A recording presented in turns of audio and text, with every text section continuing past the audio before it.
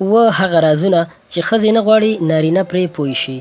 سلامونه او احترامات مې قبول کړئ دوستانو. امید دی چې ټول به روغ جوړ یاستئ. دوستانو په دې ویډیو کې تاسو سره و هغه رازونه شریکوم چې هیڅ ښځه نه غواړي چې نارینه پرې پوه شي.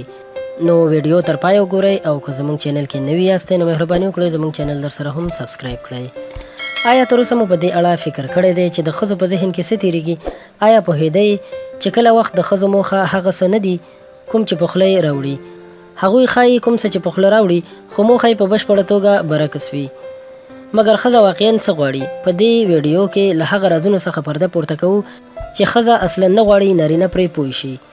اول، د زیړو ویښتانو لرونکې ښځې هم ناپوهه نه دي.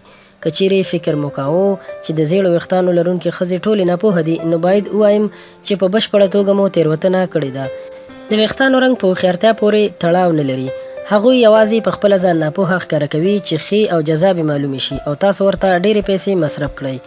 او که چیرې دا کار وکړئ نو هغه وخت باید ووایو چې تاسو ناپوهه یاستئ نه هغوی. دویم، میرمنې هم ډېرې کینه کښې وي. ښایي انکار وکړي خو واقعیت دا دی چې ډېر سخت حسادت کوي.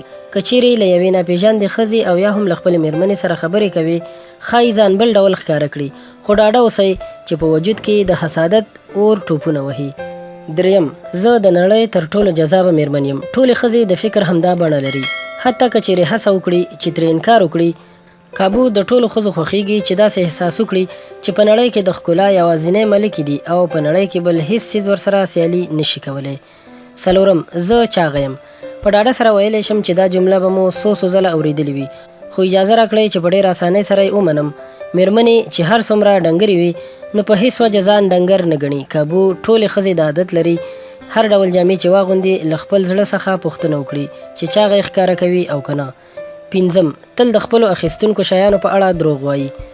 ښایي د خوړنیز توکو د اخیستو په موخه بهر تللي وي خو په ډاډ سره ویلی شم چې د ځان لپاره هم کوم څه اخلي له دې وروسته هڅه کوي چې پټ یې کړي او یا یې هم د بیې په اړه دروغ وایي. شپږم، څه ډول بوټان مو پخو کړي دي؟ هو دا سمه ده چې ښځې د نارینهو په اړه د هغوی د بوټانو له مخې پرېکړه او قضاوت کوي نو غوره ده بل ځل چې له کوره بهر کېدلی نو ښه او پاک بوټان واغوندئ. اووم، کله چې خیانت وکړئ نو در باندې پوهیږي. د ښځو احساسي او عاطفي سیسټم دومره پیاوړی او ځواکمن دی کله چې خیانت وکړئ نو په چټکه توګه یې هغوی ته لیږدوي. که هر څومره هم په دې کار کې ځیرک اوسئ نو ډاډه اوسئ چې له هغوی څخه پټ نشي پاتې کیدی. دوستانو دا و هغه معلومات چې تاسو ته مو راغونډ کړي وو په دې هیله چې ستاسو لپاره به ګټور تمام شوي وي او ستاسو به خوښ شوي وي. له نورو همدغسې په زړه پورې او ښایسته ویډیوګانو لپاره در سره زموږ چینل سبسکرایب کړئ، دا ویډیو لایک کړئ او له خپلو ملګرو سره هم شریکه کړئ. تر بلې ویډیو درنه اجازت غواړم. د الله په امان.